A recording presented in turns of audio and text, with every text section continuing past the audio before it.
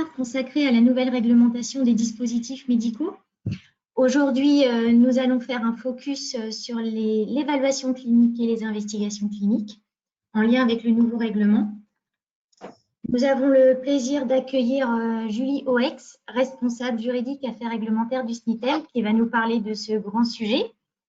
Donc, pour ce deuxième webinaire, nous tenons à vous rappeler qu'il a été organisé grâce à un partenariat entre différentes structures, le pôle de compétitivité en santé de l'Ouest, Atlampol Biothérapie, l'agence de développement économique régional des Pays de la Loire, Solutions & Co, Biotech Santé Bretagne, Captronic, WeNetwork, les CCI Bretagne et Pays de la Loire, ainsi que le soutien du réseau européen Enterprise Europe Network.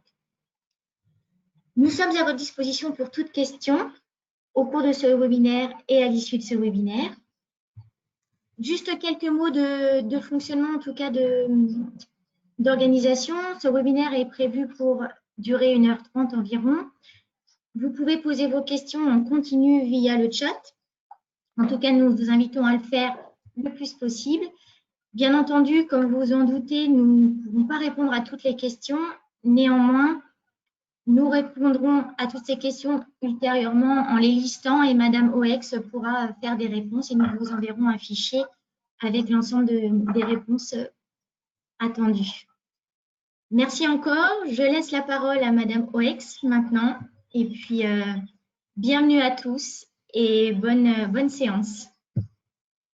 Merci beaucoup Gwenaëlle. Alors déjà, je suis désolée par la qualité de l'image, mais en fait, j'ai le plaisir d'être de retour à la Défense.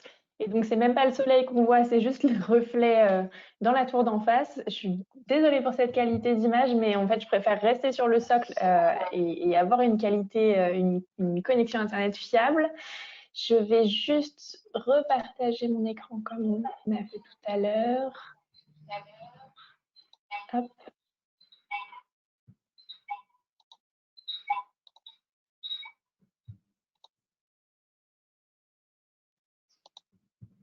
Hop, ça doit être en train de charger de votre côté. Je vais attendre juste quelques secondes pour être sûr que tout le monde voit bien les slides.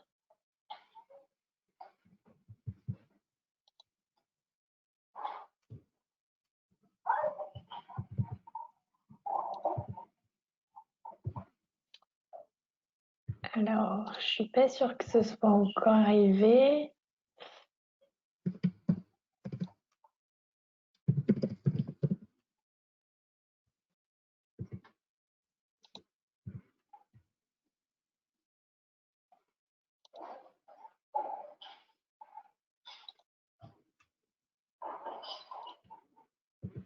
Alors, j'ai pas l'impression que ça fonctionne. Alors, nous, on voit, on a...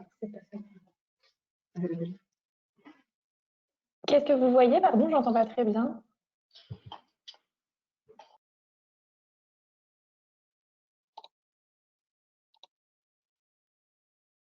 On n'a pas encore de slide à l'écran. Vous avez les slides ou pas encore? Non? Non.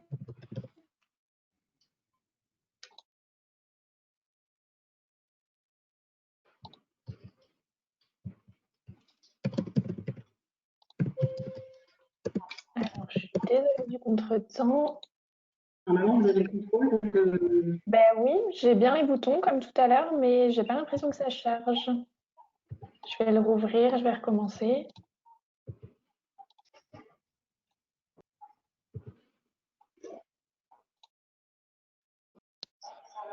Il semblerait qu'on ait des petits problèmes de réseau. Mais ça va, je pense que ça va arriver. Un petit peu de patience pour les participants.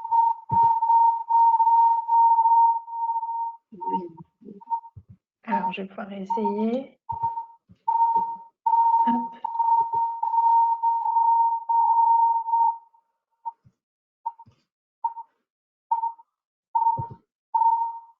Alors, on va Non, j'ai pas l'impression que ça charge. Hein.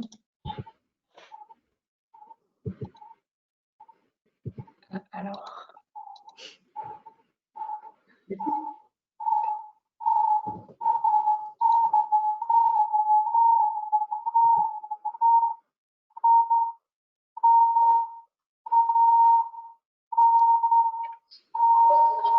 On va essayer de récupérer les slides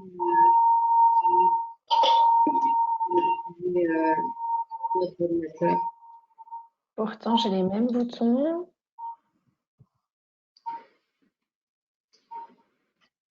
Non, ça me met personne ne peut voir votre écran. Donc, il ne veut pas par là.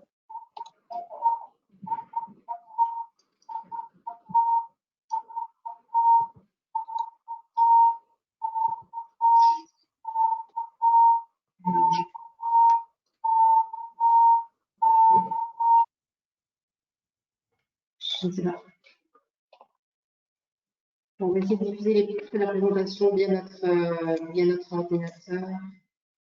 Et là, qu'est-ce que vous voyez? Ça fait un écran noir ou vous voyez la présentation du webinaire? Pas la mienne, mais la vôtre.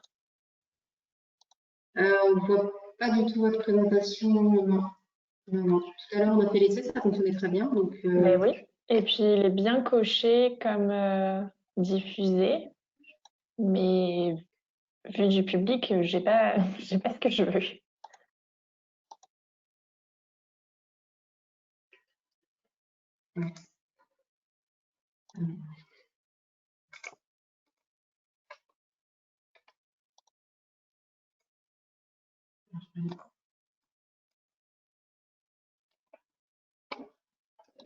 Alors, un petit peu de patience. Hop.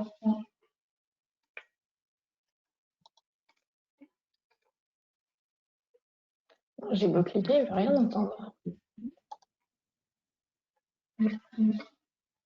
Ah, ou alors, est-ce qu'il faut changer de présentateur? J'ai un bouton qui me permet de faire ça. Bah, c'est Non, mais non. peut-être déjà présentatrice. Mm. En fait, c'est bon, on a votre diaporama, on va le diffuser sur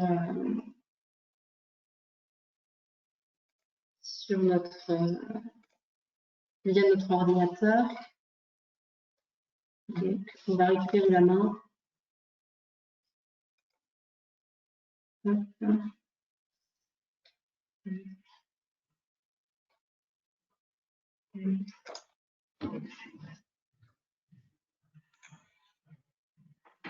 Voilà.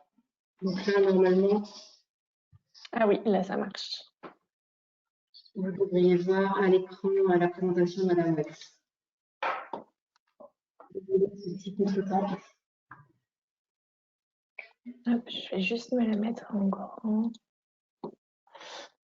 Ok. Bon, désolée, on va y arriver.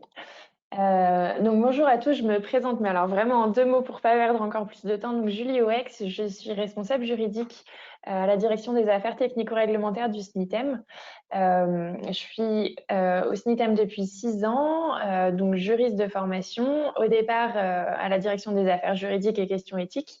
Et en fait, avec l'arrivée de ce règlement de dispositifs médicaux, je suis passée du service juridique aux affaires réglementaires pour apporter un support et une lecture juridique de certains points spécifiques du règlement et notamment de la partie investigation clinique.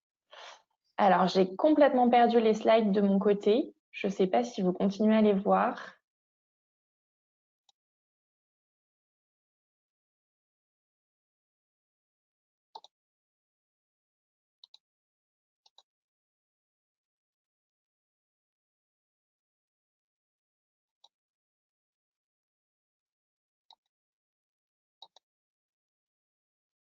Est-ce que ça marche de votre côté? J'ai plus rien du tout.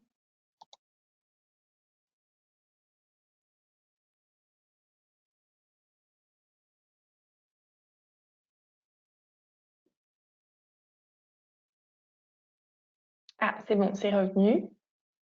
Vous m'entendez? Oui, en fait, Oui, c'est bon. c'est nous qui allons faire défiler les slides, ce sera plus simple. D'accord. Dites Okay. quand on peut passer à. D'accord, merci beaucoup. Donc, de quoi je vais vous parler pendant ce webinaire? Une partie évaluation clinique qui sera assez macro. Je vais commencer par vous parler des spécificités de l'évaluation clinique concernant les dispositifs médicaux. on va voir qu'il y a pas mal de warnings à mettre avec un secteur qui est tellement diversifié que forcément les grands principes vont devoir être adaptés selon tous les produits, toutes les entreprises. Je vous présenterai ensuite les principes généraux de l'évaluation clinique, que ce soit pré-marquage CE ou post-marquage CE en suivi dans le cadre du nouveau règlement. Là, on sera vraiment sur la nouvelle réglementation. Et on passera ensuite un peu de temps sur la partie investigation clinique. Donc, l'idée, c'est de bien distinguer l'évaluation clinique des investigations cliniques. Et sur le sujet investigation clinique, ce qui va nous intéresser, c'est bien sûr le passage de la réglementation actuelle qui est issue de la loi Jardet et de ses textes d'application au règlement DM qui a une beaucoup plus grosse partie investigation clinique que ce n'était le cas dans les directives. Le règlement balaye vraiment beaucoup d'aspects des investigations cliniques. Donc, c'est ce qu'on va regarder en se posant plusieurs questions. D'abord, quelle articulation, comment le passage de la loi Jardet au règlement va se passer? Quelles sont les grosses nouveautés du MDR sur la partie investigation clinique? Quels sont les impacts sur le droit national? À quoi on doit s'attendre quand on regarde le Code de la santé publique aujourd'hui? Et ben, à quoi ça pourra ressembler demain? Et quels sont les enjeux et les attentes du secteur? Je veux bien la slide suivante, s'il vous plaît.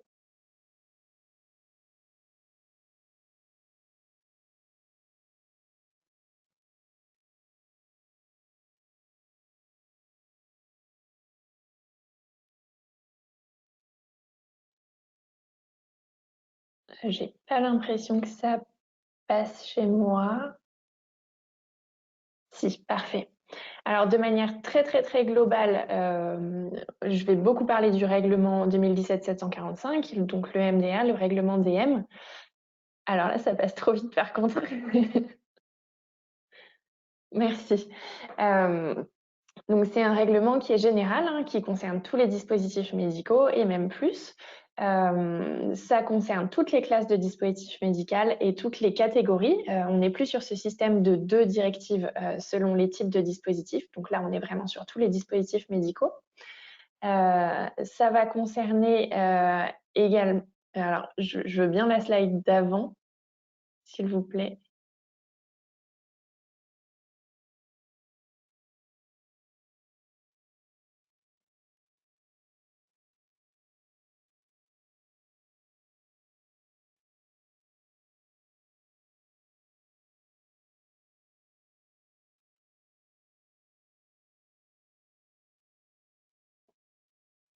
Merci.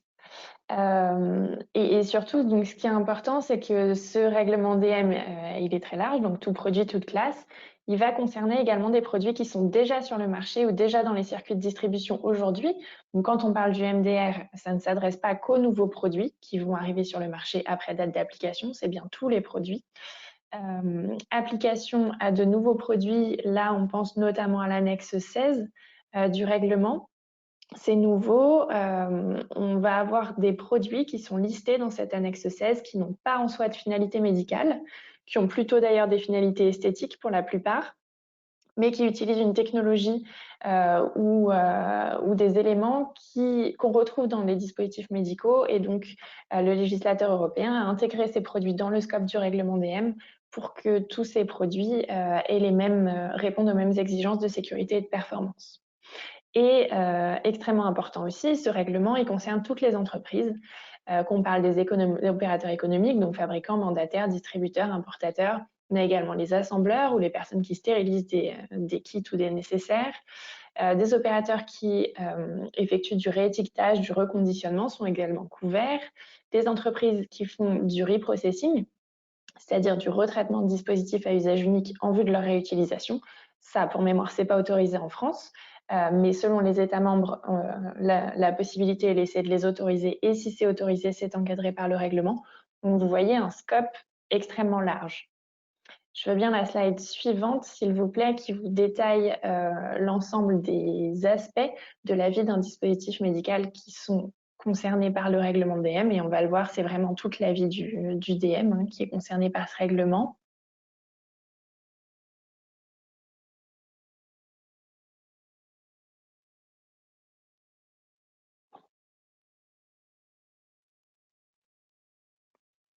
Alors voilà la roue. Donc on commence en haut à droite et ce qu'on voit, c'est que le règlement encadre toutes les étapes clés qui garantissent la sécurité du patient et ou de l'utilisateur, que ce soit au moment de la qualification du produit, est-ce que c'est un DM, est-ce que c'est pas un DM, de la classification, dans quelle classe de risque mon dispositif est-il. Pour les exigences applicables, on a l'annexe 1, donc même fonctionnement que pour les directives, une annexe 1 avec des exigences générales en matière de sécurité et de performance à respecter, des référentiels techniques, notamment des normes. Il y a aussi une nouveauté qui sont les spécifications communes avec ce règlement, donc des référentiels techniques à respecter. La partie évaluation clinique, que ce soit encore une fois avant ou après commercialisation, on aura l'occasion de le détailler. Les investigations cliniques pré- et post-marquage CE, donc pour avoir des données cliniques en vue du marquage CE, mais également pour le maintien, le renouvellement du marquage CE. L'évaluation de la conformité et les organismes notifiés, bien sûr, sont encadrés par le règlement. Et ensuite, on a toute la partie mise sur le marché, mise à disposition, distribution, donc tous les acteurs de la chaîne de distribution, jusqu'à ce que le produit arrive entre les mains de l'utilisateur final. Et également toute la partie surveillance après commercialisation, vigilance, etc. Donc un règlement extrêmement large. Je fais bien la suite.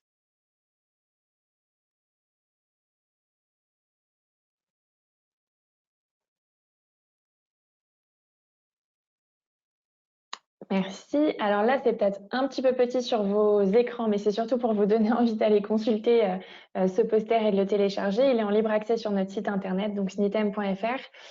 C'est le parcours de manière très condensée du dispositif médical pour sa mise sur le marché. Donc ça commence en bas à gauche, là où il y a la petite idée verte. Et ce qui va être intéressant et ce dont on va parler aujourd'hui, c'est surtout la première case. Donc en fait, ce schéma, il est fait autour de deux piliers. Donc c'est les deux branches que vous voyez partir.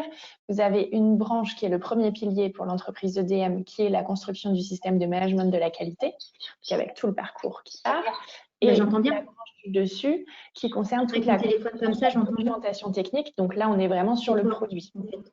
Le système de management de la qualité, c'est vraiment l'organisation globale de l'entreprise. Excusez-moi de vous interrompre. On avait une question avant que vous rentriez dans le vif du sujet.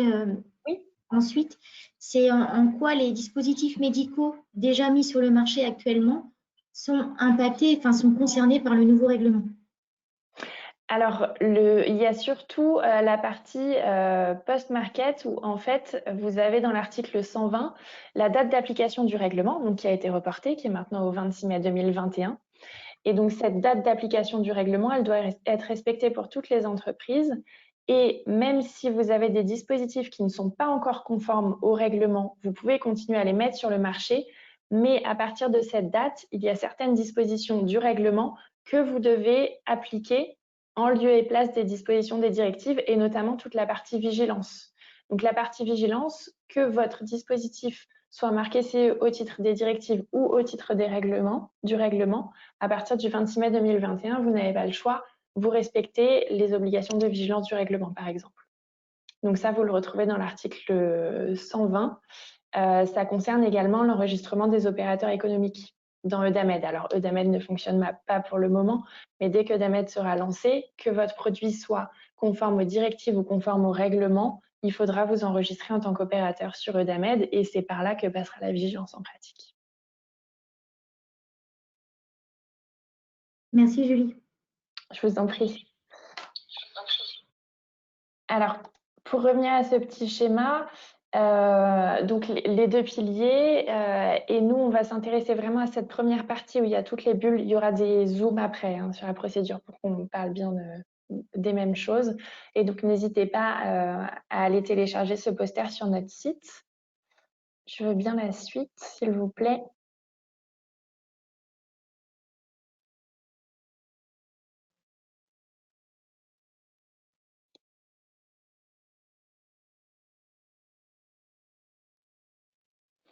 Donc, on commence par l'évaluation clinique des dispositifs et je vais d'abord vous parler des spécifications de l'évaluation clinique des dispositifs. Donc, je veux bien encore la slide d'après. Alors pour certains, je vais sûrement enfoncer des portes ouvertes, hein, mais ça permet quand même d'avoir quelques warnings en tête quand on réfléchit à mettre en place sa stratégie d'évaluation clinique pour son produit. Donc je veux bien encore la slide d'après, s'il vous plaît.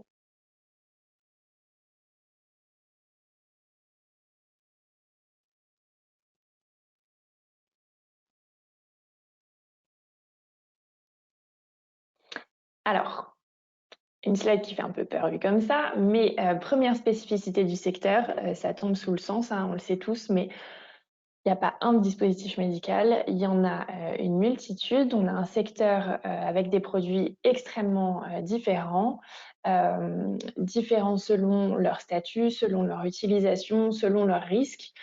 Clairement, on n'est pas sur le même risque quand on parle d'un stent ou d'un déambulateur. Et donc, c'est des éléments et des différences qu'il va absolument falloir prendre en compte. Et clairement, l'évaluation clinique d'un stent et l'évaluation clinique d'un déambulateur, ça n'aura absolument rien à voir, ça ne se ressemblera pas du tout. Deuxième spécificité, on est sur des produits qui ont un cycle de vie extrêmement court. On parle d'un cycle de vie entre 2 et 4 ans, donc là aussi, hein, c'est très lié à chaque produit. Alors non, je veux bien la slide d'après, on était bien finalement. Et au-delà du cycle de vie court, on est très souvent sur des innovations, une évolution de produits, des innovations incrémentales. Et donc, quand on parle d'évaluation clinique, il faut penser à ces questions de temps et de timing, parce que d'une part, ça veut dire qu'un produit est assez vite obsolète, en tout cas remplacé par une évolution du produit. Donc, ça veut dire que l'évaluation clinique et le recueil de données cliniques dont vous avez besoin pour vos dossiers, eh ben, il faut qu'il se fasse assez rapidement. Mais c'est à double tranchant parce qu'en le faisant sur une période assez courte, ça offre moins de possibilités d'identifier les effets secondaires et les effets indésirables puisque la population est plus restreinte et surtout la durée d'utilisation est moins importante. Donc la question, ça va être vraiment de trouver le juste milieu. Et comme on parle d'innovation incrémentale, ce qui va être important aussi, c'est de se nourrir de l'évaluation clinique de versions précédentes pour s'appuyer et pour élaborer l'évaluation clinique des générations futures. Alors avec un gros warning sur l'équivalence, puisque si le produit évolue, c'est forcément qu'il y a des modifications, que ce soit dans l'utilisation, dans la destination, dans les matériaux utilisés. Donc se nourrir de l'évaluation clinique qui a déjà été réalisée quand le produit est équivalent, bien sûr, mais il va surtout falloir regarder les différences et faire une analyse clinique de l'impact de ces différences. On aura l'occasion d'en reparler. Mais donc, voilà les problématiques sur ces cycles de vie extrêmement courts qu'on connaît avec le dispositif médical. Je veux bien la suite, s'il vous plaît.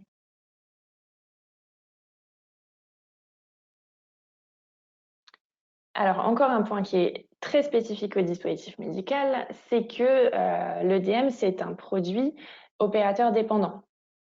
On n'a pas toujours un destinataire final qui utilise lui-même le produit.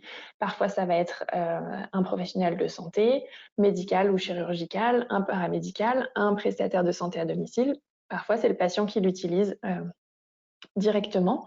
Donc ça, c'est également à prendre en compte quand vous préparez votre évaluation clinique parce qu'en termes de sécurité, mais aussi de performance, les enjeux ne sont pas du tout les mêmes.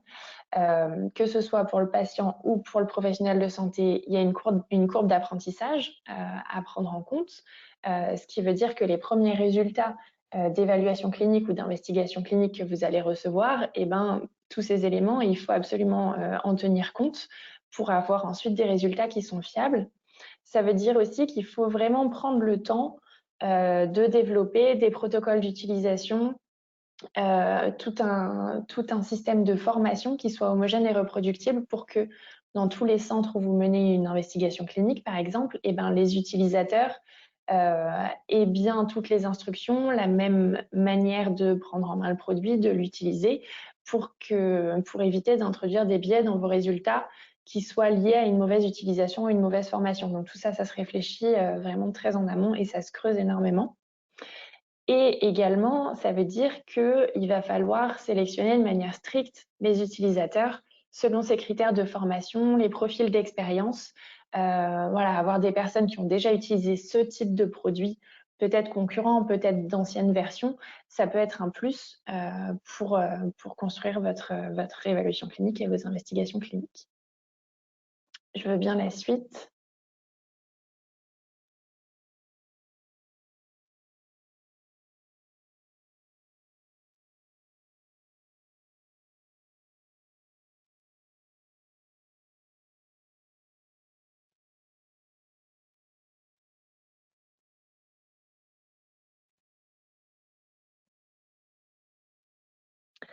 Alors ensuite, on va parler du bénéfice clinique. Là, l'idée de cette slide-là, c'est de bien vous rappeler que on parle autant de performance technique du produit que de bénéfice clinique.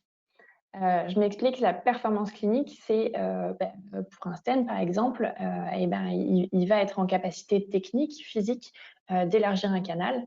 Par contre, le bénéfice clinique qu'on en retire, c'est d'aller vérifier si du coup la circulation se fait bien, si c'est toléré, si c'est biocompatible, etc. Donc si le produit est apte à répondre à la question clinique qu'on se posait au départ. Donc au-delà de la performance technique et presque mécanique, ok, mon dispositif médical techniquement fonctionne, mais est-ce qu'il y a vraiment un bénéfice clinique? Et donc là, on ne va pas regarder uniquement la performance, on va regarder le résultat que ça apporte dans la destination, dans l'indication, et donc selon les revendications du fabricant qui vont être de soigner telle pathologie, de combler tel handicap, etc. C'est vraiment à lire en combinaison, et c'est vraiment le bénéfice clinique qu'on va chercher. Ce bénéfice clinique, il va dépendre du dispositif, bien sûr. Il va également dépendre de la formation de l'équipe médicale. Donc, on revient à nos questions tout à l'heure, du plateau technique, etc. Et les objectifs de l'évaluation clinique par rapport à ce bénéfice clinique, c'est vraiment l'évaluation du bénéfice clinique, donc pas uniquement, encore une fois, de la performance vraiment technique et mécanique. Ça va être l'efficacité dans les indications revendiquées par le fabricant. C'est important parce que votre marquage CE, vous l'obtenez pour telle et telle indication. Et ça va être également le positionnement du dispositif dans la stratégie thérapeutique. Parce que, alors, c'est très bien d'apporter une performance technique, un bénéfice clinique, mais il faut aussi que ce soit réaliste et que ce soit utilisable dans la stratégie thérapeutique. Donc, on va aller voir ce qui se fait d'autre, quelles sont les alternatives. Et la slide d'après, ça doit être la dernière spécificité.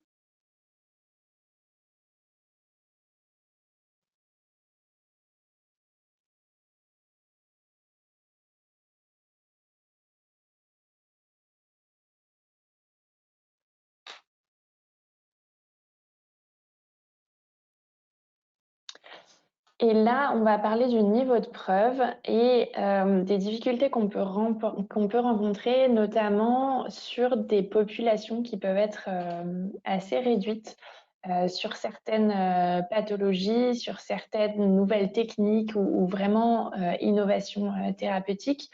On va parfois se heurter à des populations vraiment extrêmement petites de patients. Et donc, il va falloir d'une part calculer le nombre, la population dont vous avez besoin pour apporter de réelles preuves cliniques qui sont pertinentes pour démontrer la conformité de vos produits. Ça veut dire, on revient aux questions précédentes, mais ça veut dire que dans les centres où vous allez mettre en place des investigations cliniques, il y aura peut-être très peu de patients qui seront concernés, donc des inclusions qui seront en très très faible nombre. Et donc, vous allez devoir multiplier le nombre de centres et de médecins investigateurs qui vont participer à votre investigation clinique. Et donc, on va retomber sur des questions de formation, de profil, d'expérience et de risque d'absence d'uniformité entre les méthodologies. Donc, on va retomber sur ces questions-là. Donc, tout est un peu lié, hein, clairement. Et l'idée, ça va surtout être d'adapter le niveau de preuve clinique à votre produit. Donc, encore une fois, on ne va pas du tout exiger le même niveau de preuve clinique pour un stent, pour un implant cardiaque, que pour un déambulateur ou des béquilles, clairement. Et il va donc falloir adapter le type d'étude à ce niveau de preuve qui est requis dans le règlement par rapport au statut du produit et à sa classe. Je veux bien la suite.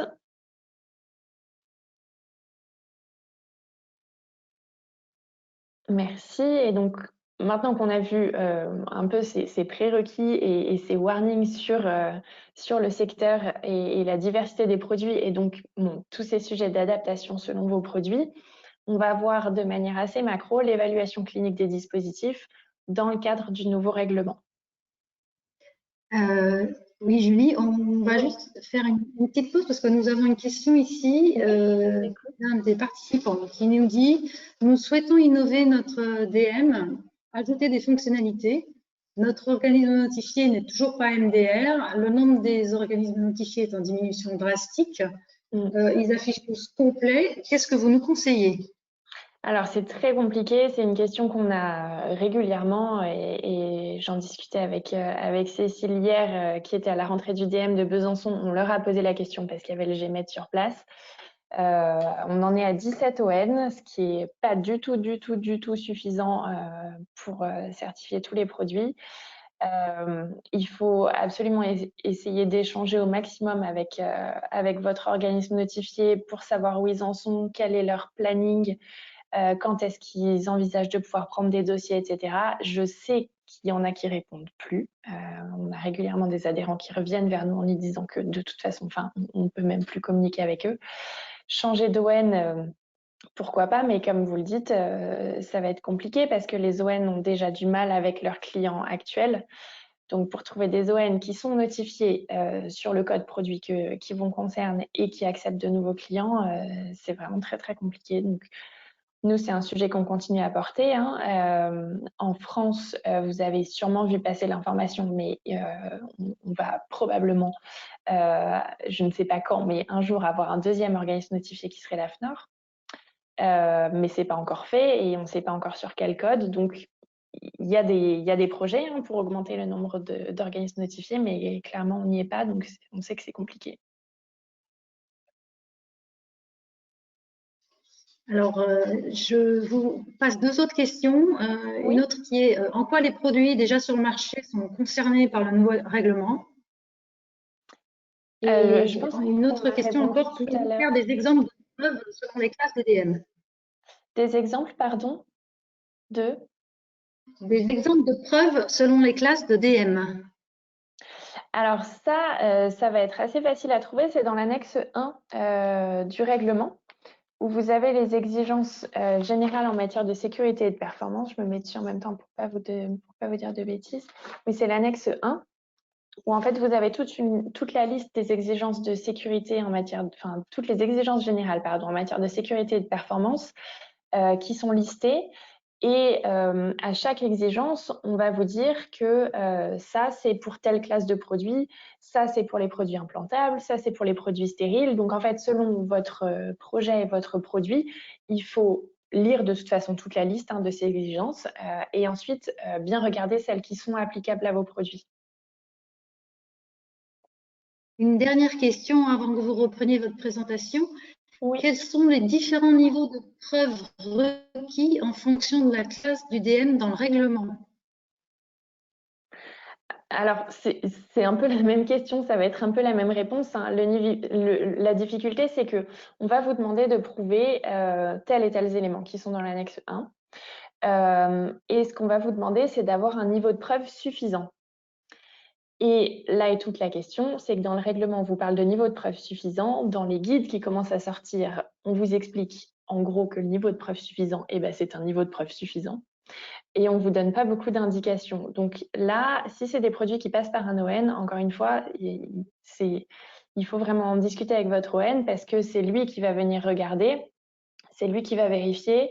Et donc, selon les produits, il connaît très bien les produits parce qu'ils sont notifiés et les dossiers leur sont attribués selon leurs compétences. Ils vont vous décrire ce qu'on exige de vous. Mais là encore, ce sera vraiment selon les produits parce que, en fait, même selon les classes, même selon les typologies, deux produits qui sont dans la même classe peuvent être tellement différents que ce sera vraiment du cas par cas.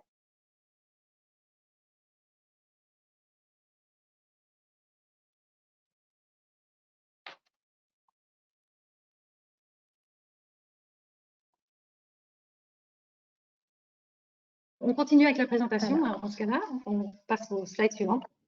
Ça marche. Alors, évaluation clinique, ça va être une description très macro, hein, parce que là encore, on est un peu bloqué par cette diversité des produits. Donc là, ce que je vais vous présenter, c'est vraiment les règles très générales du règlement qui se trouvent dans les articles, dans l'article 61 surtout.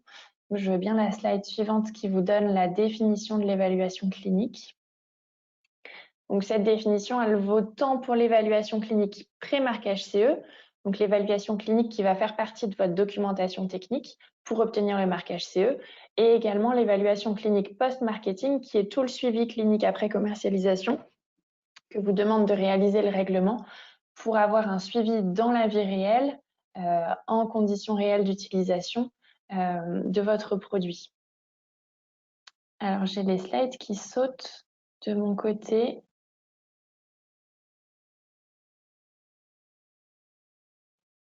Alors ça, on a vu, ça aussi.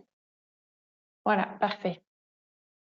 Donc ce que nous dit le règlement, c'est que l'évaluation clinique, c'est un processus systématique et planifié qui vise à produire, collecter, analyser et évaluer en continu les données cliniques relatives à un dispositif. Et le but de tout ça, c'est de vérifier la sécurité et les performances du produit, y compris les bénéfices cliniques, donc on revient à ce qu'on s'est dit tout à l'heure, lorsqu'il est utilisé conformément à la destination prévue par le fabricant. Là, il y a plein d'éléments qui sont vraiment importants à identifier.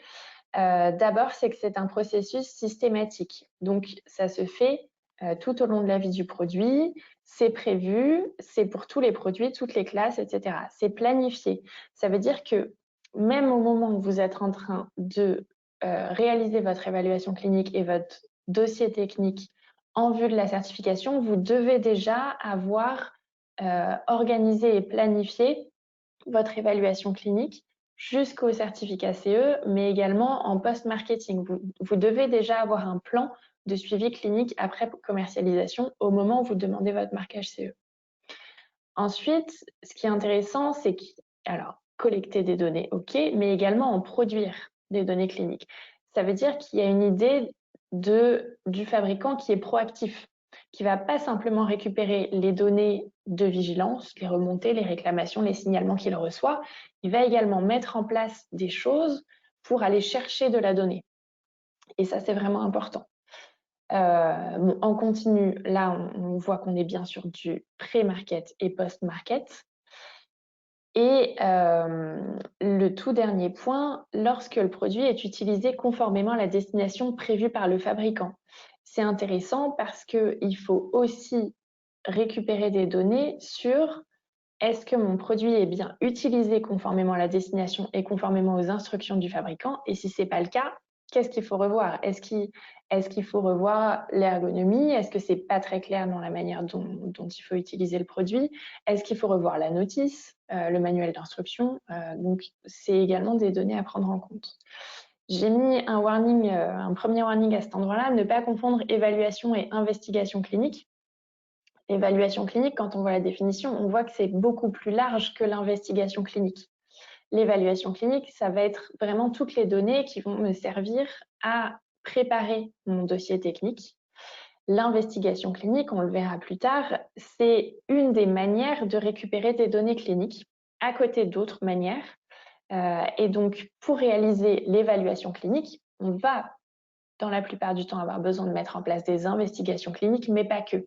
L'évaluation clinique est beaucoup plus large, on le verra tout à l'heure. Et deuxième warning, ça c'est un warning règlement, clairement, il y a un renforcement très net par rapport aux directives des exigences quant à la qualité et quant à la quantité des données cliniques. Et on verra les impacts sur le secteur ensuite. Je veux bien la slide suivante, s'il vous plaît.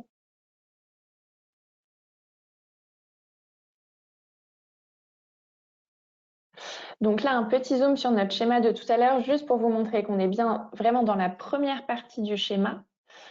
Et la première partie du schéma, c'est comment réaliser sa documentation technique. De quoi va être nourrie votre documentation technique. Et donc, il y a énormément de choses, hein. Il y a à la fois l'évaluation clinique qu'on retrouve en bas, le rapport de conformité aux normes, le dossier de conception, tout ce qui est biocompatibilité, éventuellement des études précliniques sur l'animal, des études cliniques, donc des investigations cliniques, mais vous voyez, c'est vraiment une bulle parmi d'autres. Je veux bien la suite.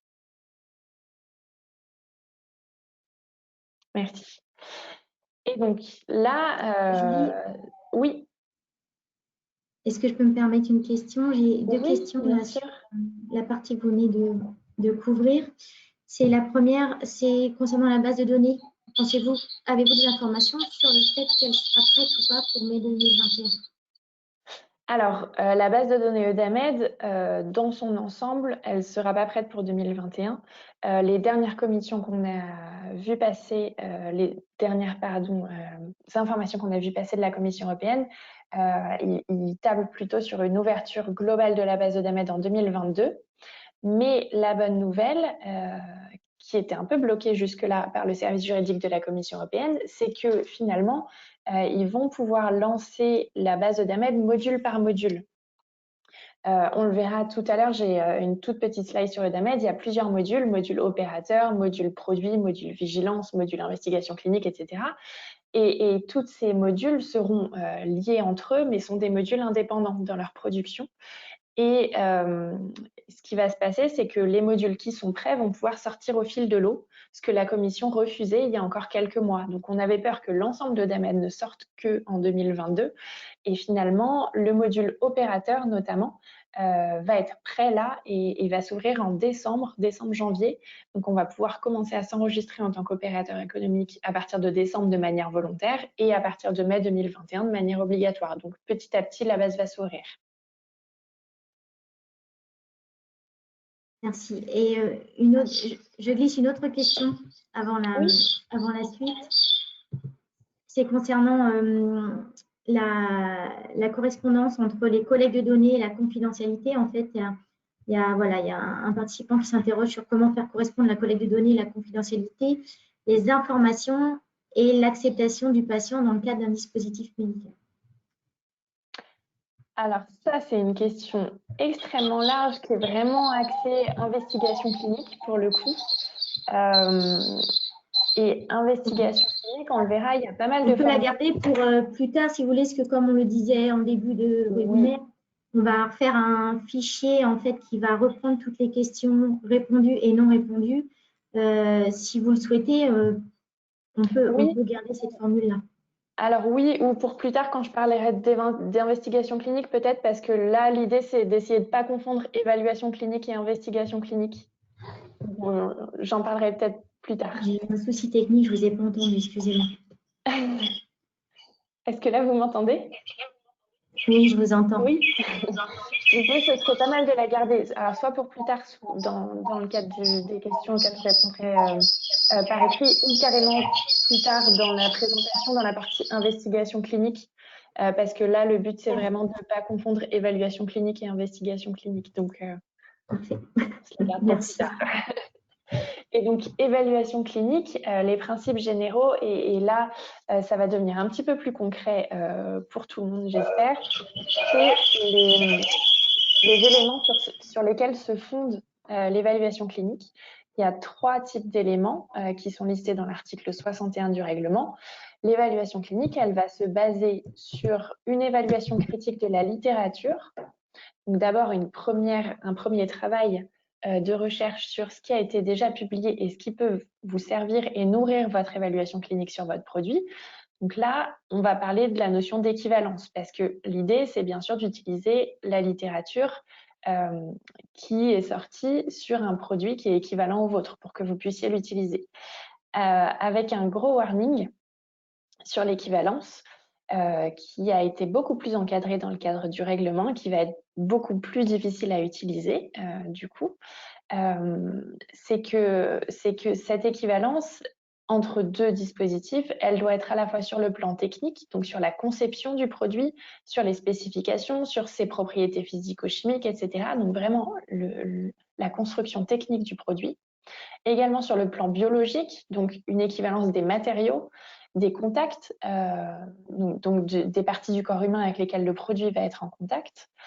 Et sur le plan clinique, donc la sévérité et le grade de la pathologie, le site d'utilisation, la population cible, c'est des exemples. Hein.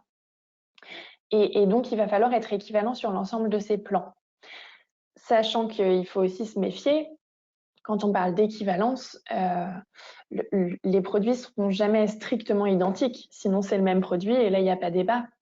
Il faut réutiliser les mêmes données et le même dossier, mais quand on cherche l'équivalence, c'est plutôt qu'on a un produit qui ressemble très fortement. Et en fait, ce qui va être très important pour votre évaluation clinique, c'est pas tant les aspects sur lesquels le produit se ressemble, il va plutôt falloir regarder les points sur lesquels les produits sont différents et évaluer si ces différences ont un impact sur votre évaluation clinique et donc sur la partie bénéfice-risque. Donc en fait, l'équivalence, on en parle beaucoup, mais c'est plutôt un faux ami. Il faut plutôt s'attacher aux impacts des différences des produits. Et s'il y a peu de différences et que ces différences ont peu d'impact, là oui, pourquoi pas utiliser la littérature sur tel autre produit. Ça, c'est le premier point. Ensuite, l'évaluation clinique, elle se base, alors ou pas, hein, selon ce qui existe, parce que si c'est une innovation totale, il n'y aura pas, hein, mais elle se base sur l'évaluation critique des résultats de toutes les investigations cliniques disponibles réalisées conformes au règlement. Donc, ça veut dire que toutes les investigations cliniques, tous les résultats d'investigations cliniques sur les produits, qu'ils soient positifs ou négatifs, bien sûr, doivent nourrir l'évaluation clinique. Et enfin, dans l'évaluation clinique, vous devez prendre en compte les alternatives thérapeutiques. C'est ce qu'on disait tout à l'heure. Dans la stratégie thérapeutique, il faut qu'il y ait un bénéfice clinique pour le patient, mais aussi un bénéfice de manière générale sur les thérapies. Et donc, dans l'évaluation clinique, il va falloir détailler et analyser et évaluer les alternatives thérapeutiques. Je veux bien la suite, s'il vous plaît. Alors, point important, ces éléments, ils ne sont pas nouveaux. Je veux bien la slide d'avant. Parfait, merci. Que ce soit les directives ou le règlement qui s'appliquera demain, c'est le même fonctionnement. Hein. Ces principes, ils s'appliquent à tous les dispositifs et toutes les classes. Et en fonction des classes, ce qui va différer, c'est la manière dont l'évaluation va être faite par votre organisme notifié. Mais tous ces principes qu'on vient détailler et toutes ces bases pour fonder votre évaluation clinique, elle est pareille pour tous les produits. Et dans la documentation technique, c'est important que le fabricant prenne bien en compte, encore une fois, les caractéristiques du dispositif et la destination du dispositif. Et encore un warning, là c'est nouveau, c'est que le règlement prévoit dans son article 61 que pour les dispositifs de classe 3 et les dispositifs implantables, l'investigation clinique est la règle et son absence devient l'exception.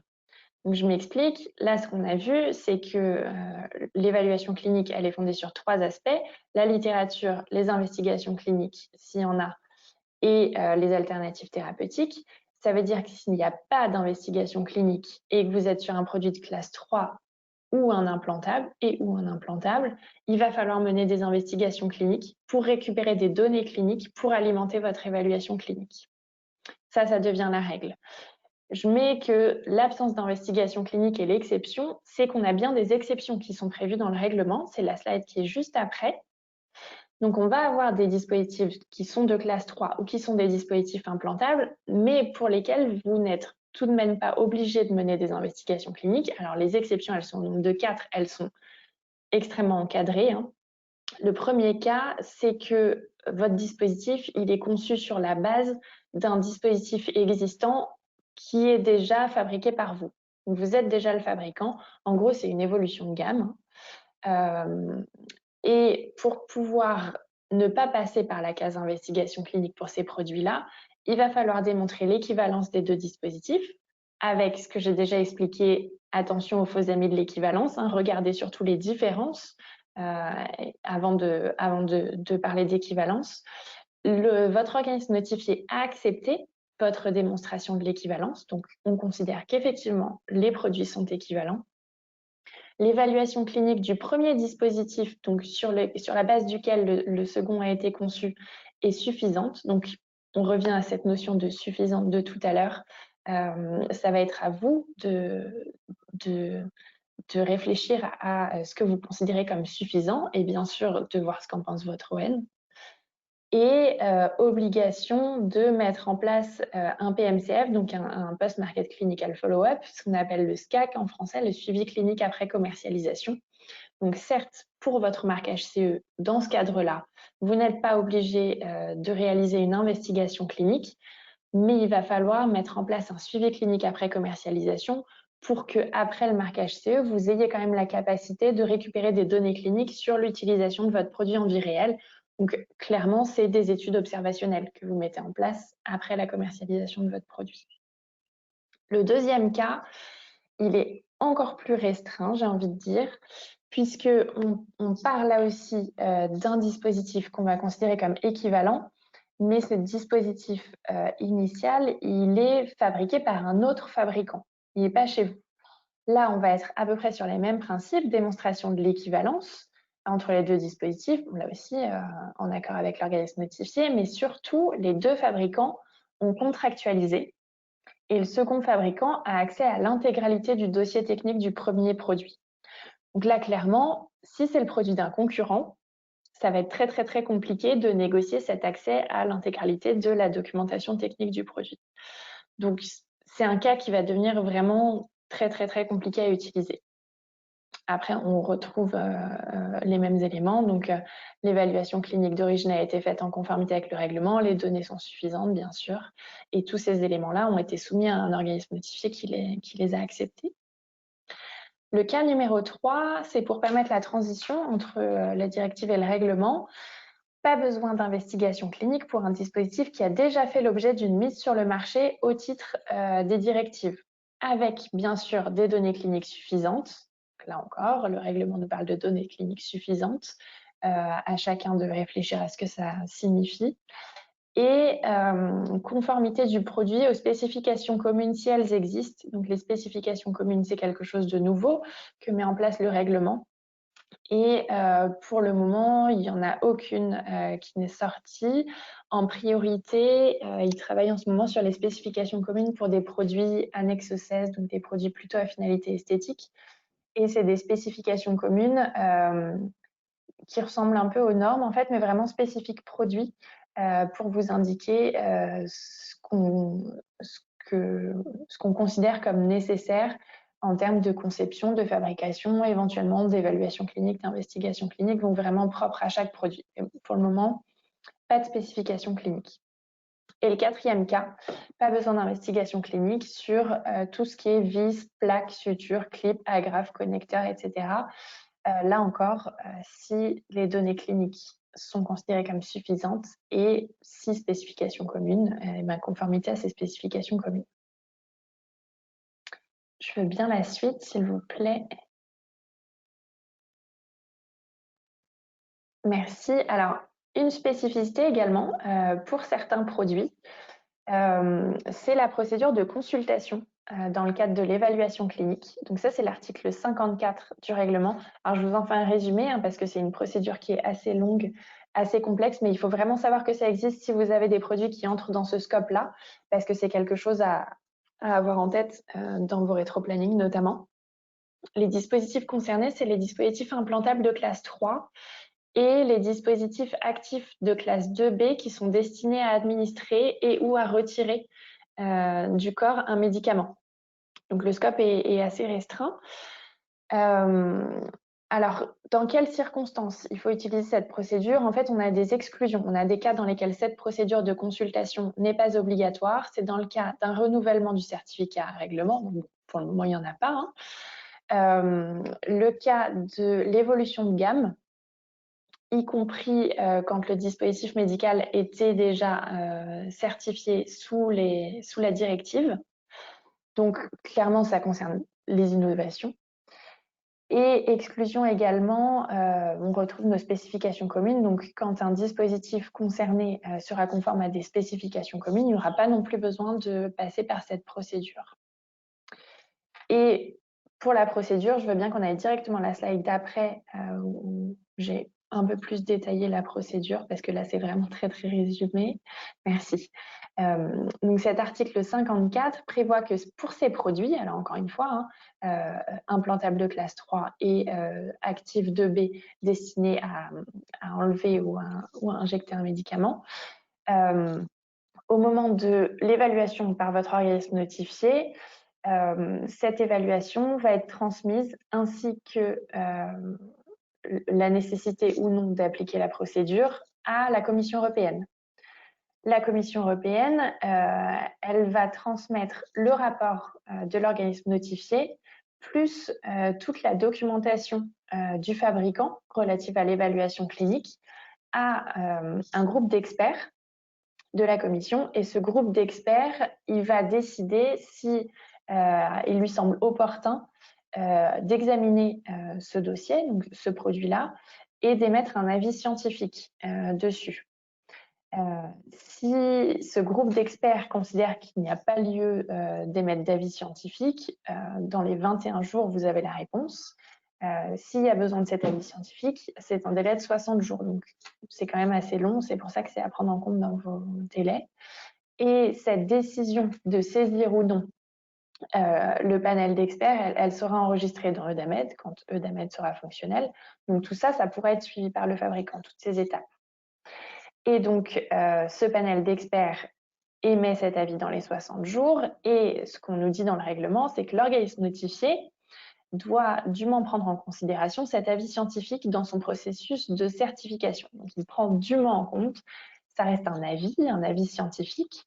On voit quand même que l'ON est fortement invité à regarder cet avis.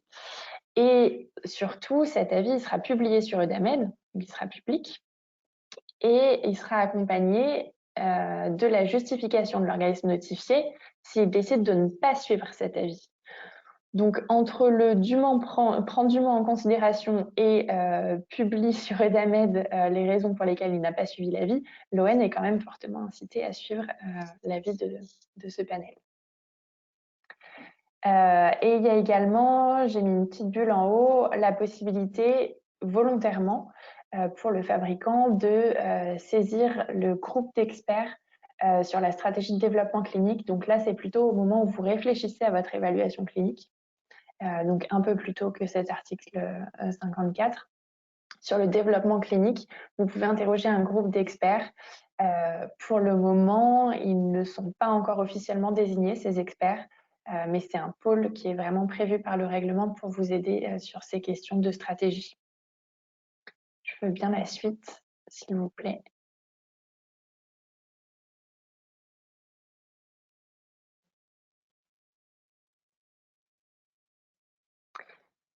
Et alors, ce groupe, pour décider si c'est opportun d'émettre un avis scientifique, il y a plusieurs critères qui viennent à la fois du règlement et des orientations que la Commission européenne a publiées cet été, donc c'est assez récent. Et donc, ce que le panel d'experts va regarder, c'est la nouveauté et les incidences cliniques ou sanitaires majeures de ce produit-là. Clairement, ça va être un indice de oui, on veut regarder, on veut émettre un avis scientifique. Éventuellement, les dégradations significatives sur le bénéfice-risque d'une catégorie de DM, donc là, plutôt une préoccupation sanitaire suite à des événements qui seraient remontés en masse et donc une préoccupation sur une typologie de produit. Ça peut être l'augmentation significative du nombre d'incidents graves sur une catégorie de DM, donc pareil. Et vous avez ce document d'orientation de la Commission qui détaille pour chacun des critères des orientations illustrées. Donc, clairement, c'est à destination plutôt de ce groupe d'experts, ces orientations, mais pour vous, c'est quand même très intéressant de regarder parce que ça vous donne des indications sur ce qui risque de se passer si vous passez par cette procédure article 54. Est-ce que vous allez avoir cet avis d'expert sur votre DM ou pas? Et ça donne de bonnes indications sur ce qu'ils vont regarder. Je veux bien la suite, s'il vous plaît.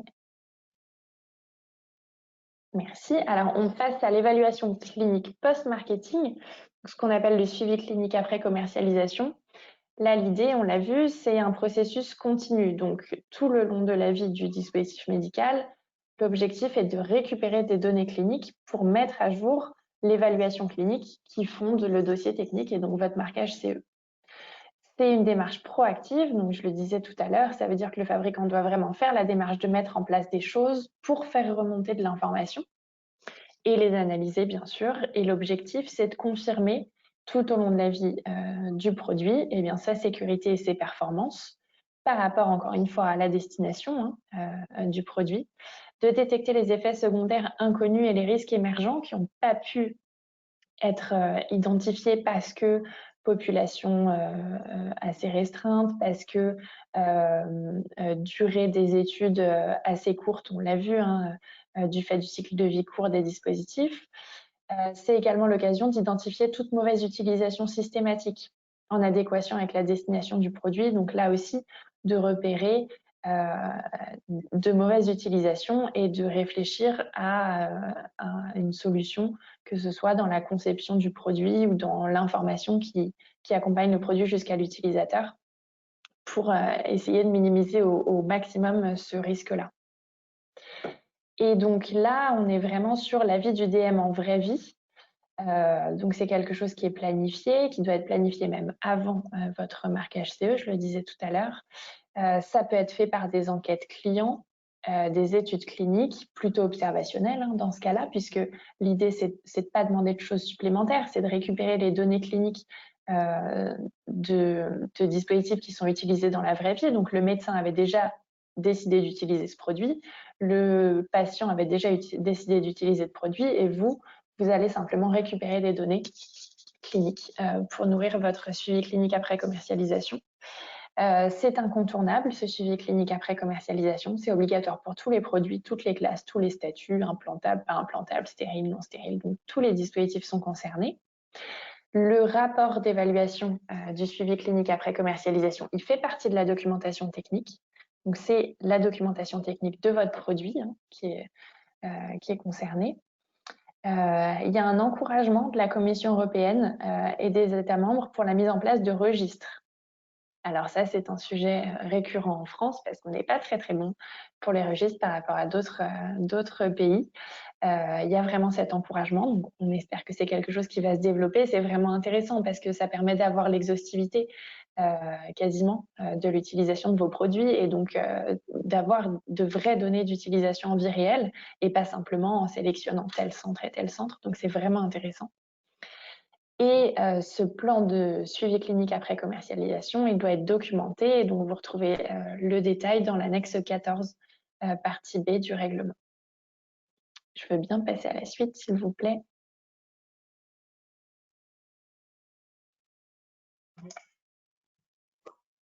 Merci beaucoup.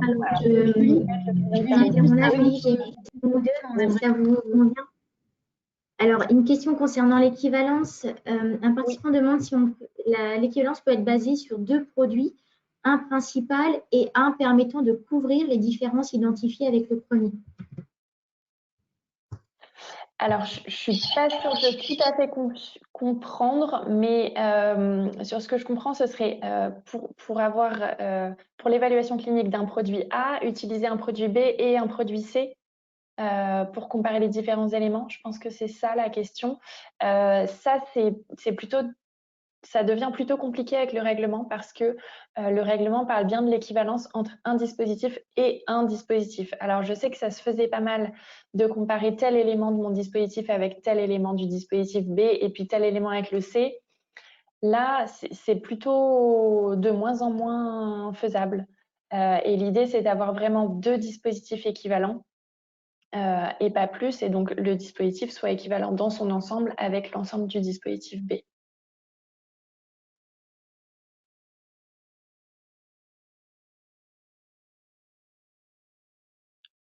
Une autre question, c'est concernant l'avis scientifique, si les données a posteriori de l'évaluation clinique ou avant pour orienter la méthodologie d'une investigation clinique, par exemple. Et si l'avis arrive après, quelle est sa finalité? Je veux bien que vous me relisiez juste le début.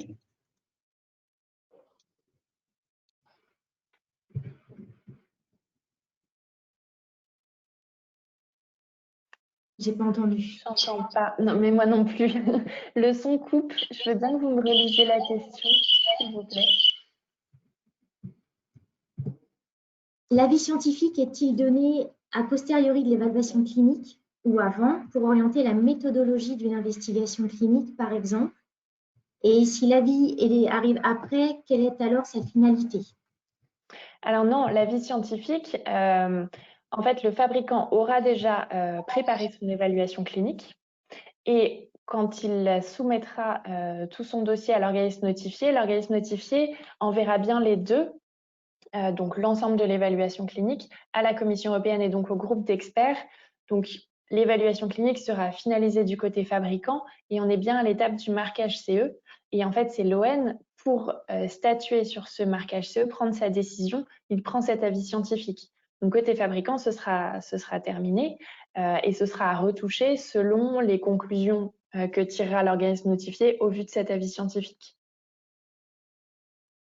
Par contre, si on parle plutôt de l'article 61, ce qui peut être le cas aussi, l'avis que vous pouvez solliciter pour votre stratégie de développement clinique, là, clairement, vous êtes en train de réfléchir à l'évaluation clinique et aux investigations cliniques et vous sollicitez un avis. Et pour le coup, c'est vraiment un avis que vous demandez à un panel d'experts en expliquant quelle est la stratégie que vous envisagez. Et donc là, ils vous répondront avant que vous que vous continuiez, que vous poursuiviez votre évaluation clinique. Donc là, ça vous oriente pour adapter éventuellement un petit peu ce que vous êtes en train de faire avant de le finaliser.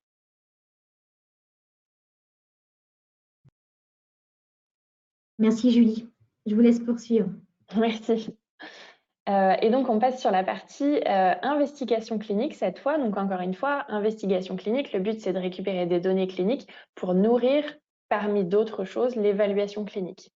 Donc, je vais aller assez vite. Je suis désolée pour la partie évaluation clinique. Je vais assez vite aussi, mais le format est assez court et l'idée, c'est vraiment de vous donner une idée un peu macro. Investigation clinique, ce qui va être compliqué, c'est qu'on est déjà sur un sujet qui évolue, qui a évolué très très récemment. Donc en fait, on a l'impression de commencer à bien comprendre la nouvelle réglementation, qu'on passe déjà à la suivante. Donc là, ça va être le cas. Donc en bas de cette flèche de temps, vous avez la législation nationale, donc qui est vraiment du franco-français. Au-dessus, vous avez la réglementation européenne. Et donc, bon, je ne reviens pas sur la loi Huriet, on a cette loi Jardé, qui est la loi actuelle, c'est le droit positif, c'est ce qu'on applique en ce moment, qui est une loi de 2012, mais qui n'est entrée en application qu'en fin 2016, puisqu'il y avait besoin d'un décret d'application pour que la loi entre en application. Donc, fin 2016, on est à 4 ans, c'est quand même assez récent, et surtout, on a encore des textes d'application de cette loi Jardé qui sont sortis jusqu'en 2018, peut-être même début 2019, donc c'est encore très très très récent. 2017, on passe juste au-dessus l'entrée en vigueur du règlement, avec une entrée en application qui est désormais au 26 mai 2021. Et je l'expliquerai un peu plus en détail tout à l'heure, même si on est sur un règlement qui s'applique donc directement en droit national, on va quand même avoir quelques dispositions nationales pour pouvoir appliquer en pratique en France ce règlement. Donc on va continuer à avoir des dispositions nationales sur la recherche clinique pour pouvoir appliquer le règlement. Donc, encore pas mal de textes qui vont sortir en perspective et du coup, un sujet qui est assez compliqué parce qu'il faut aller piocher à gauche, à droite dans différents textes pour pouvoir savoir notamment quelles sont les formalités d'autorisation d'une recherche. Je veux bien la suite, s'il vous plaît.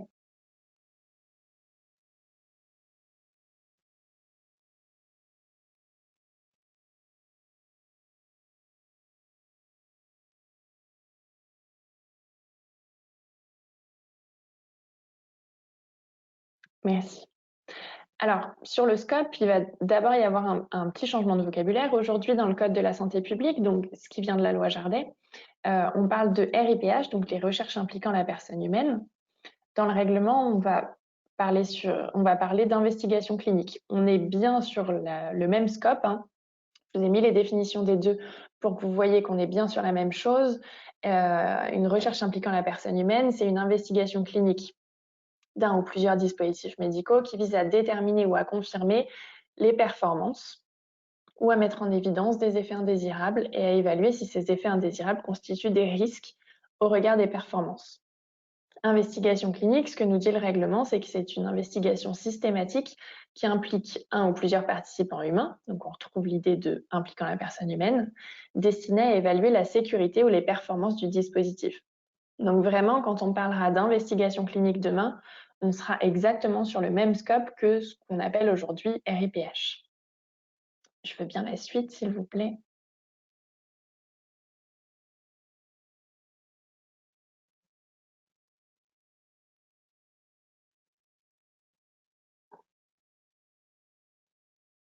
Merci. Alors, là où ça commence à se compliquer, c'est que entre notre droit actuel et le règlement, on va avoir une manière de catégoriser les recherches qui va être très différente. Aujourd'hui, dans le Code de la santé publique, on parle de recherche interventionnelle de type 1, recherche interventionnelle de type 2 et recherche non interventionnelle ou recherche observationnelle, qui sont les recherches de type 3. En type 1, on a les recherches les plus à risque. C'est les recherches qui comportent une intervention sur la personne qui n'est pas justifiée par sa prise en charge habituelle. Clairement, on va plutôt être sur des recherches pré-marquage CE, des dispositifs nouveaux et donc une prise en charge nouvelle. On a les recherches interventionnelles de type 2 qui ne comportent que des risques et des contraintes minimes.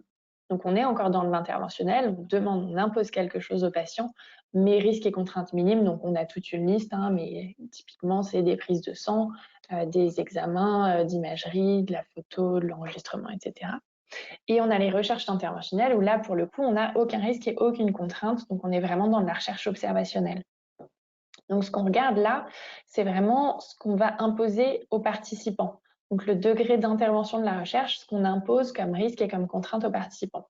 On va passer sur une autre logique dans le cadre du règlement, qui est finalement une logique qui ressemble à celle qui est utilisée dans quasiment tous les autres États membres. Ce qu'on va regarder, c'est le statut du produit.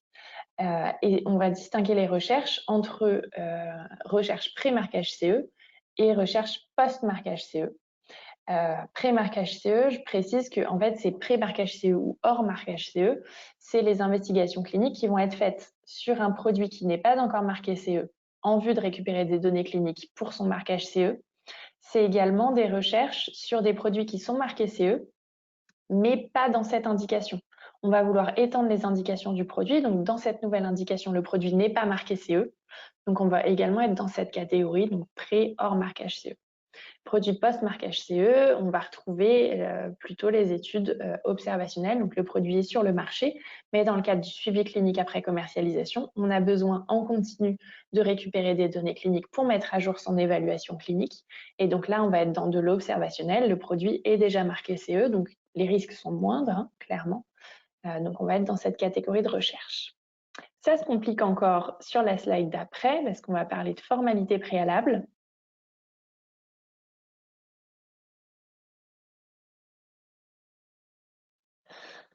Et donc, ce qu'on a aujourd'hui dans le Code de la santé publique, ça doit vous parler, c'est que pour les recherches impliquant la personne humaine de type 1, donc les plus à risque, on a besoin à la fois de l'autorisation de la NSM et de l'avis CPP.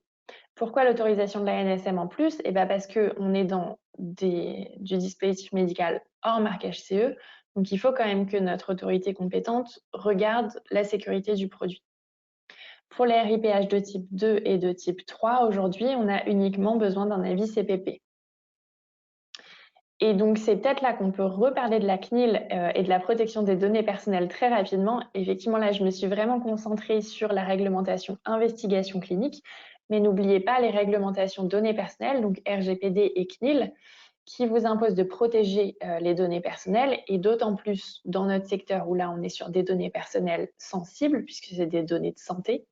Et donc, en plus de ces formalités-là, il vous faut soit une autorisation de la CNIL pour traiter les données personnelles des patients qui participeront aux recherches, soit passer par ce qu'on appelle une méthodologie de référence de la CNIL.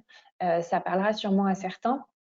En fait, la CNIL, sur ce type de traitement vraiment propre aux recherches cliniques, a élaboré des méthodologies de référence selon les typologies de recherche qui vous permettent de regarder si vous remplissez bien toutes les cases de ces méthodologies de référence, qui sont rédigées de manière vraiment très pédagogique, qui vous expliquent de quelles données vous pouvez traiter, auprès de qui vous pouvez les recueillir, à qui vous pouvez les transférer, combien de temps vous pouvez les conserver. C'est vraiment très bien rédigé. Et si vous répondez vraiment à ces méthodologies de référence, vous réalisez un engagement de conformité auprès de la CNIL à telle méthodologie de référence et ça vous permet de démarrer votre recherche après autorisation CNIL et avis CPP sans avoir de formalités supplémentaires auprès de la CNIL. Voilà ce petit aparté pour la partie données personnelles. Et dans le cadre du règlement, donc on retrouve nos 2 nouvelles catégories, investigation clinique pré-CE ou hors CE et investigation clinique post-CE. Et là, au niveau des formalités, elles vont être allégées pour beaucoup de produits, puisque le règlement vient distinguer entre les produits de classe 3 et les classes 2A, 2B invasifs, donc les produits les plus à risque, et les dispositifs de classe 1 et 2A, 2B non invasifs, donc les produits les moins à risque, avec des formalités vraiment allégées pour cette deuxième catégorie de produits. Pour les produits les plus à risque, on retrouve le schéma qu'on connaît aujourd'hui, autorisation ANSM et avis CPP, avec des délais qui sont quand même raccourcis, puisqu'on le voit, on était sur recevabilité plus 60 jours dans le cadre du Code de la santé publique, et là on passe à 10-15 jours de recevabilité et 40 jours d'examen. Donc le temps d'examen est réduit. Pour l'avis CPP, on est sur des dispositions nationales. Donc le règlement ne prévoit pas de dispositions spécifiques aux comités d'éthique nationaux et renvoie aux dispositions nationales. On a simplement un indice dans le règlement qui nous plaît bien, qui est que les délais CPP doivent être compatibles avec les délais que le règlement prévoit pour la NSM. L'idée, c'est que les délais CPP ne ralentissent pas le délai pour mettre en place la recherche. Pour le moment, on n'a pas encore les dispositions nationales adaptées à ces nouvelles exigences, mais on a hâte que ce soit en place. Et donc, pour les produits les moins à risque, alors encore une fois, on est quand même en pré ou hors CE, mais pour les produits de classe 1 et les 2A, 2B non invasifs, c'est plus léger puisqu'on n'a pas une autorisation ANSM, on a simplement une recevabilité, une étape de recevabilité. Et j'ai mis la ANSM avec un point d'interrogation parce que ce que nous dit le règlement, c'est que l'État membre, et donc on ne sait pas qui, et donc chaque État membre doit décider si pour nous ce sera la ANSM ou le ministère ou une autre personne, à 10 à 15 jours pour vérifier la recevabilité de la demande. Et donc ce que l'État membre doit regarder, c'est si le dossier est complet, le dossier de demande d'autorisation est complet, et si on est bien dans le scope investigation clinique, dispositif médical. Donc, si le produit répond bien à la définition de dispositif médical. Si c'est le cas, le dossier est recevable et le seul examen sur le fond qu'il y ait, c'est l'examen CPP. Donc, c'est quand même très intéressant en termes de formalité. C'est beaucoup plus léger que ce qu'on a aujourd'hui. Ensuite, pour les investigations cliniques post-marquage CE, là aussi, on va distinguer 2 cas. Premier cas, l'investigation clinique comporte une procédure invasive ou lourde supplémentaire pour le patient. Donc, on retrouve un petit peu l'idée de l'examen supplémentaire qu'on a aujourd'hui. Est-ce qu'on demande une prise de sang supplémentaire, un examen d'imagerie, et est-ce que cet examen comporte un risque pour le patient? Si c'est le cas, il y a une information à réaliser 30 jours avant le début de l'investigation. C'est une information, ce n'est pas une demande d'avis, ce n'est pas une demande d'autorisation, et un avis CPP. S'il n'y a pas de procédure additionnelle, donc si on est dans du post-marquage CE, qu'on ne demande absolument rien de plus au patient à part récupérer ses données, là, c'est ce qui ressemble pour aujourd'hui avec les RIPH3, on a simplement l'avis du CPP. Voilà pour les formalités. Je veux bien la suite. Merci. Alors, très rapidement sur la préparation et la soumission du dossier. Là, c'est impossible d'entrer dans les détails en faisant une vision un peu macro comme ça. Et ça vous permet de savoir où chercher et comment se déroule la soumission.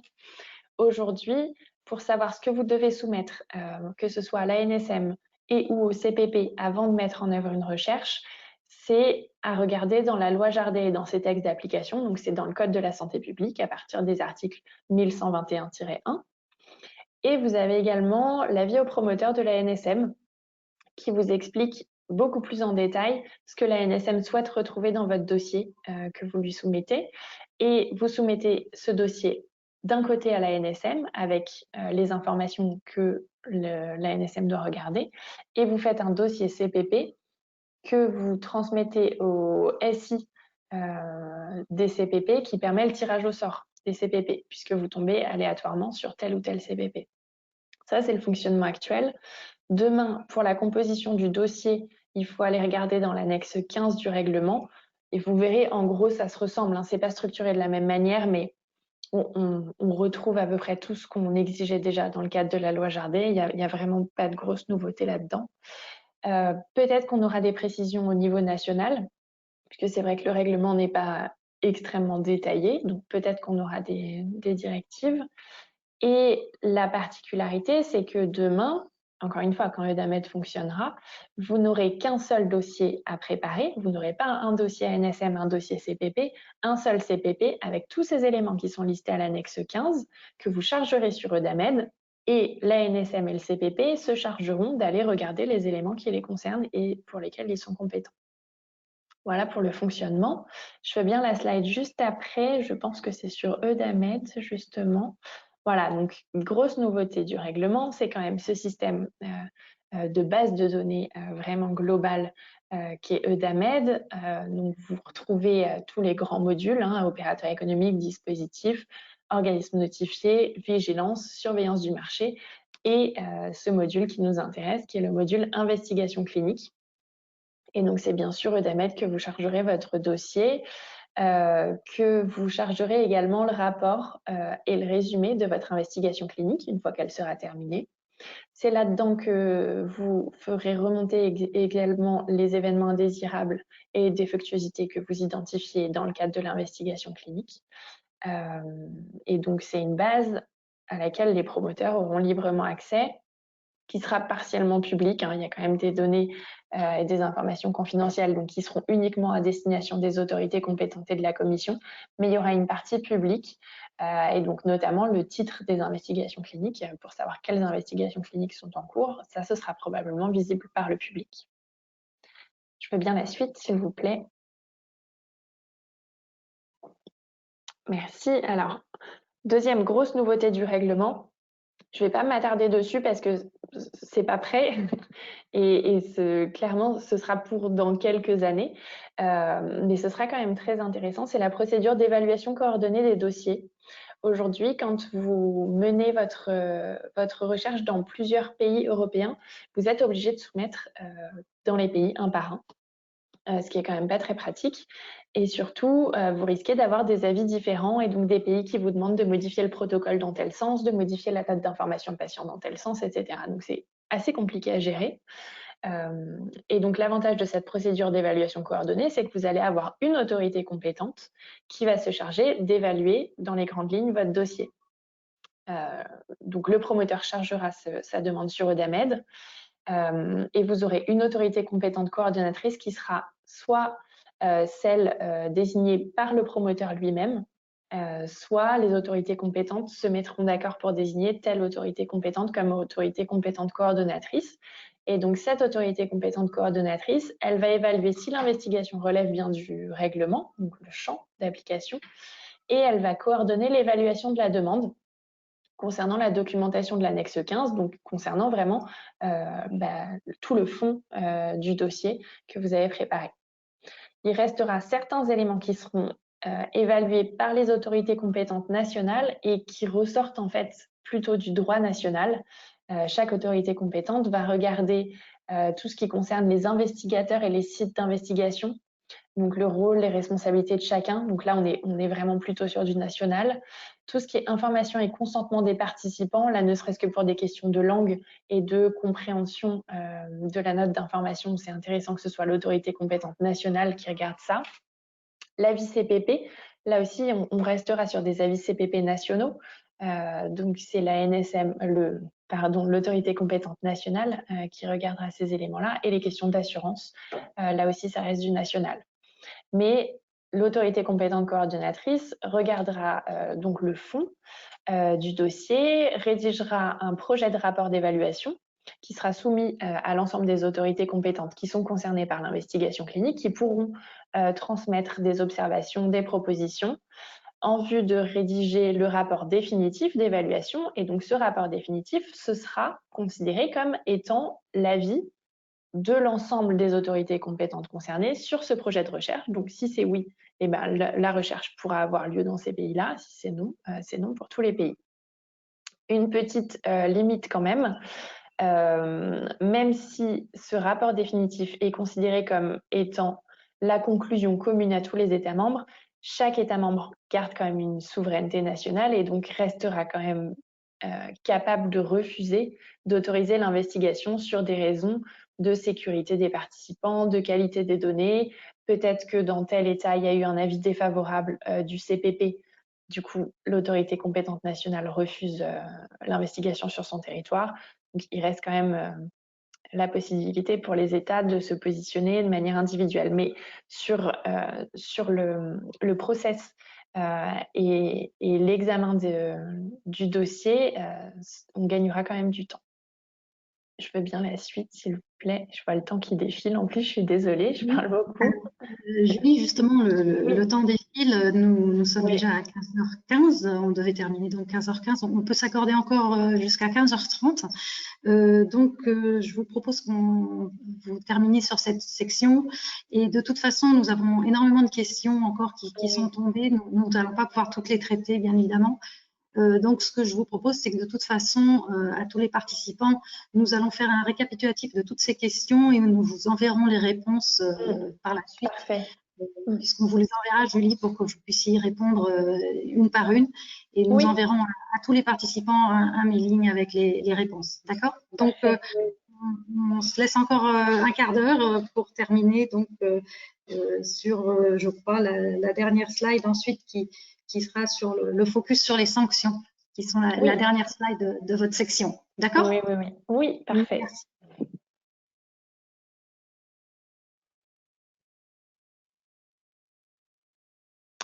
Alors bon, là, ça va aller vite de toute façon, puisque l'idée, c'était de bien vous rappeler qu'une fois que vous avez ces autorisations et que vous avez lancé votre investigation clinique, eh ben, tout ne s'arrête pas au niveau réglementation. Vous avez bien des dispositions qui encadrent par exemple une modification substantielle.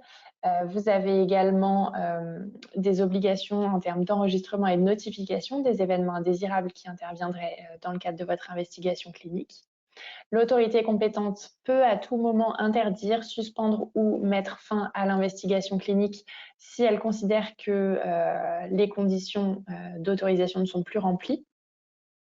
Et vous avez des obligations à la fin de l'investigation clinique en tant que promoteur d'informer sur la fin de cette investigation clinique et de transmettre le rapport et le résumé du rapport sur l'investigation clinique. Je veux bien la suite, s'il vous plaît.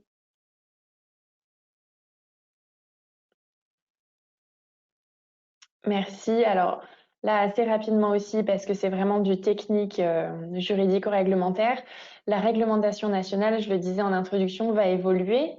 Même si on n'est pas sur une directive et donc qu'il n'y a pas de transposition en droit national, on est sur un règlement qui s'applique logiquement directement.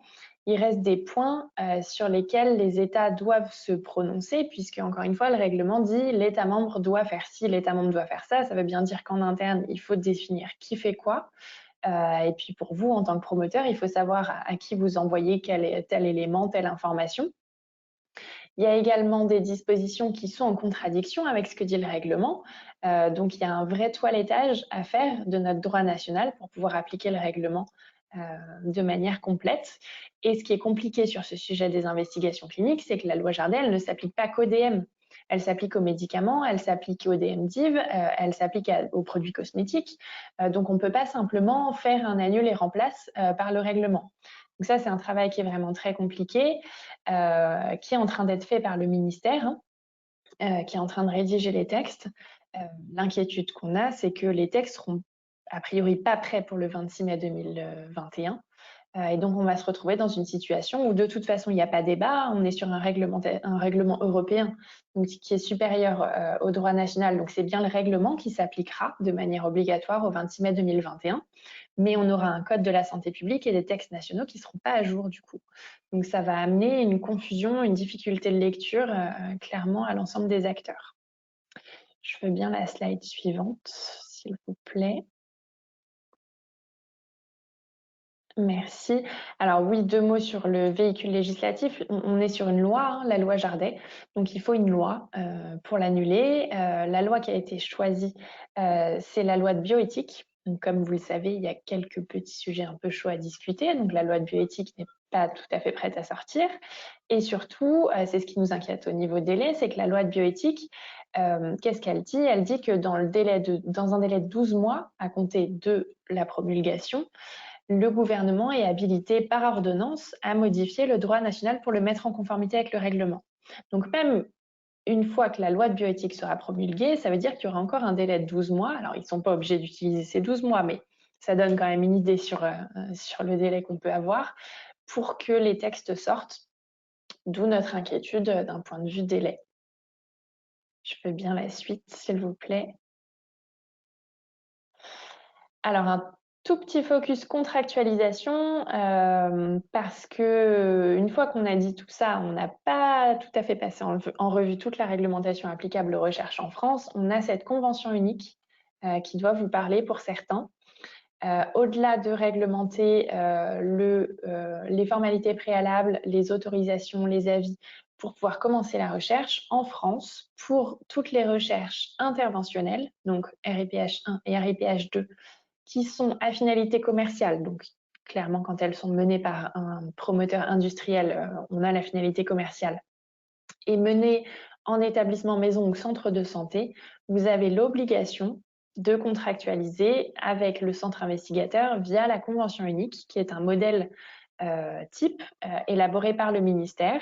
Donc la convention, vous devez la signer en l'état, vous ne pouvez absolument pas changer un mot de cette convention.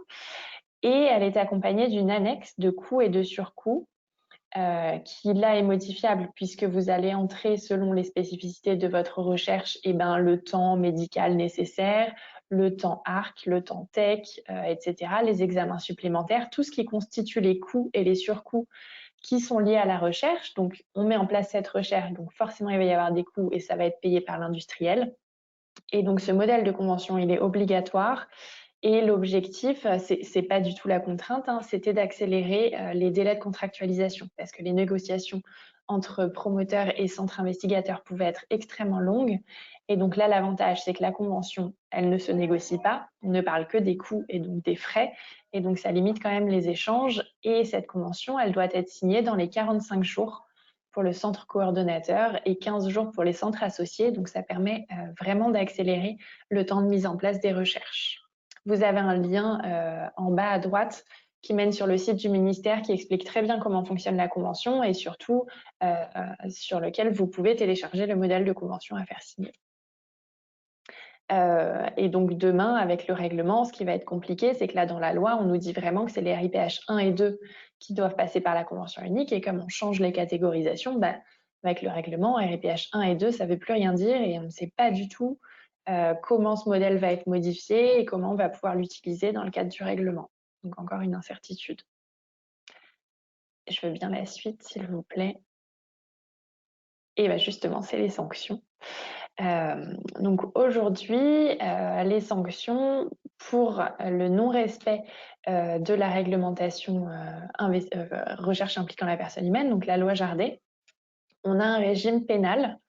Alors, je vous ai listé des exemples de violations qui amènent à des sanctions pénales. Donc, par exemple, le fait de mener une recherche impliquant la personne humaine sans le consentement des participants ou après une opposition d'un participant ou un retrait du consentement, si en cours de route, il vous fait part de son souhait de sortir de la recherche et de ne plus utiliser ces données et que vous le faites quand même, vous êtes en violation de la réglementation et donc vous risquez des sanctions pénales. Le non-respect des dispositions spécifiques aux populations vulnérables, on a des dispositions spécifiques pour les mineurs, pour les femmes enceintes, etc., les majeurs sous tutelle, Donc là aussi, une violation entraîne des sanctions pénales. Le fait de mener une recherche sans l'avis et ou sans l'autorisation du CPP ou de la NSM, donc le fait de ne pas avoir suivi les formalités préalables obligatoires. Le fait de démarrer ou de poursuivre une recherche alors qu'elle a été interdite ou suspendue par la NSM. Le fait de mener une recherche interventionnelle sans assurance. Il y a une obligation d'assurance qui est prévue dans la loi Jardé pour ce type de recherche. Le fait de ne pas fournir gratuitement les produits dans le cadre d'une recherche interventionnelle de type 1. Donc là aussi, on se place dans le cadre de la convention unique et pour ces recherches, comme on est sur du pré-marquage CE, l'industriel est tenu de fournir gratuitement les produits.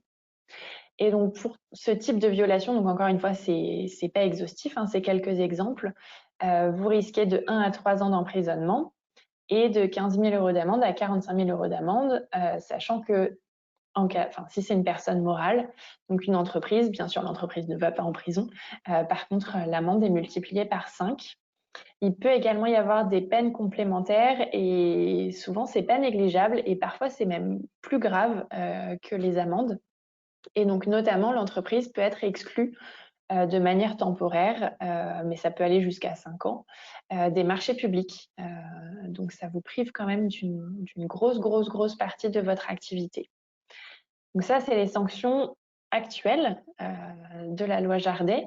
Demain, on n'a pas beaucoup d'indications puisque ce que prévoit le règlement européen dans son article 113, c'est que concernant les sanctions, chaque État membre reste souverain et détermine le régime des sanctions applicables aux violations des dispositions du règlement. Donc on reste sur du national. La seule indication qu'on ait dans le règlement, c'est que les sanctions mises en place par les États doivent être effectives, proportionnées et dissuasives. Quand on regarde ce qui est prévu actuellement en France, je pense qu'on colle bien à ces conditions. Les montants sont quand même assez élevés, les peines encourues sont importantes. Le règlement prévoit que 3 mois avant l'entrée en application du règlement, donc en février 2021, tous les États membres, au plus tard, auront transmis à la Commission européenne les sanctions qu'ils envisagent de mettre en place. Donc d'ici février, on connaîtra les nouvelles sanctions. Voilà, je pense que sur cette section, je suis allée au bout et la suite, je vous laisserai regarder les slides. C'était plutôt les enjeux du secteur avec notamment l'augmentation du nombre d'investigations cliniques qui est attendue dans le cadre du règlement, encore une fois parce qu'on attend plus de données pour votre évaluation clinique et donc voilà les enjeux du secteur et les inquiétudes. Merci beaucoup Julie pour cette présentation. On a juste une dernière petite question quand même qu'on voudrait vous poser. Quelle est la date, à quelle date le MDR prendra le pas sur la loi Jardé pour la soumission des investigations cliniques? Eh bien, ce sera le 26 mai 2021, puisque c'est la date d'application du règlement. Et donc, encore une fois, méfiez-vous, ce sera très perturbant parce que le Code de la santé publique contiendra toujours les dispositions de la loi Jardé. Mais c'est bien le règlement européen qui primera, puisque ce sera sa date d'application, la date butoir. Donc, il faudra penser à se référer au règlement pour les formalités. D'accord, parfait. Écoutez, merci beaucoup Julie pour toutes ces informations très précieuses. Nous allons faire en sorte donc de récupérer toutes les questions que nous avons reçues sur le chat, qui sont très nombreuses, très variées. Nous allons les centraliser, nous vous les enverrons pour que vous puissiez y répondre à chacune et nous les transférerons ensuite à tous les participants de ce webinaire. Vous étiez très nombreux, on voudrait encore une fois s'excuser pour les petits problèmes techniques que nous avons rencontrés. On ignore si c'est lié à la connexion, entre autres, ou à la tempête Alex qui s'annonce ici sur l'ouest. Quoi qu'il en soit, on voulait également vous informer des 2 prochains webinaires.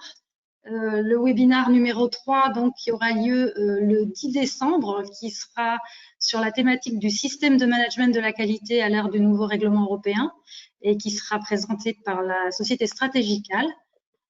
Également, vous pouvez noter sur les tablettes le 21 janvier, jeudi 21 janvier, le 4e webinaire, encore une fois, sur la réglementation européenne du DM, qui qui portera sur la nouvelle réglementation européenne du DM, à savoir quels enjeux dans la relation avec l'organisme notifié, et ce sera la réponse du GENED. Voilà, donc on vous remercie énormément, Julie, pour cette présentation. Malgré les petits problèmes techniques, j'espère qu'on vous reverra très bientôt. Oui, merci également, Gwenaëlle. Et puis, on vous dit donc à très bientôt, on espère en tout cas le 10 décembre. Très bonne journée à tous. Merci. Au revoir.